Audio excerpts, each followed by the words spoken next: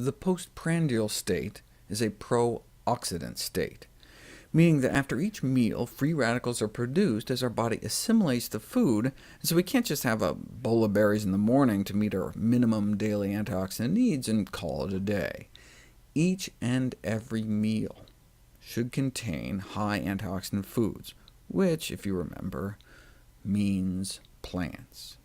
Antioxidant-rich foods originate from the plant kingdom. This is due to the thousands of natural antioxidant compounds found naturally in plant foods. So, for example, consuming fruits, which are high in phenolic phytonutrients, increases the antioxidant capacity of the blood, and when they're consumed with the standard American diet, high-fat, refined carbohydrate, pro-oxidant, pro-inflammatory meals, they may help counterbalance some of the negative effects.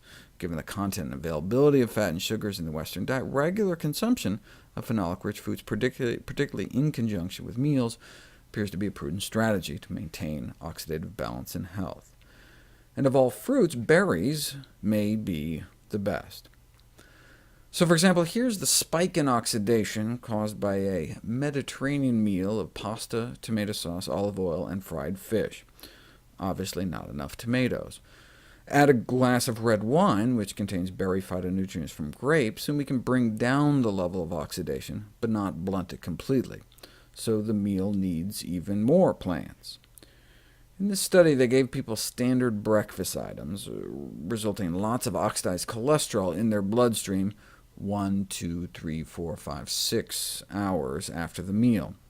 But all it took was a cup of strawberries with that same breakfast to at least keep the meal from contributing to further oxidation. Note, though, without the strawberries, look where we'd be at lunchtime. Right? Let's say we ate a standard American diet at 6 a.m., right? Then 7, 8, 9, 10, 11, noon. If we didn't eat that cup of strawberries with breakfast, by the time lunch rolls around, we'd already be starting out in a hyperoxidized state, and could just make things worse. Since Western eating patterns include eating multiple meals a day, including snacks, one can only speculate on the level of biological unrest. But at least if we had some berries for breakfast, we'd be starting out at baseline for lunch.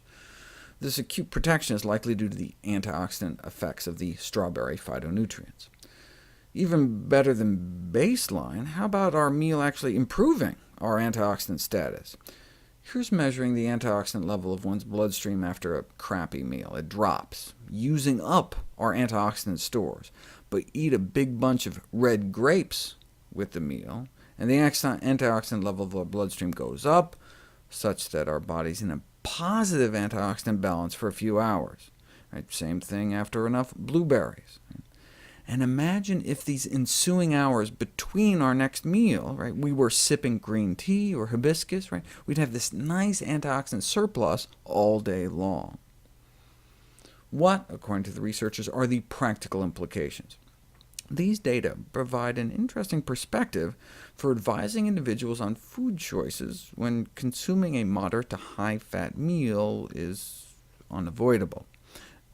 Unavoidable? So if we're locked in a fast food joint or something, well, then they suggest chasing whatever we're forced to eat with some berries. Right? It reminds me of those studies on smokers I talked about, suggesting those who smoke should eat lots of kale and broccoli to reduce the oxidative damage to their DNA, or they could just not smoke. In a single day, the systemic stress of all that fat in our blood and redox imbalance, being in a mild pro-oxidant state after meals, may seem trivial.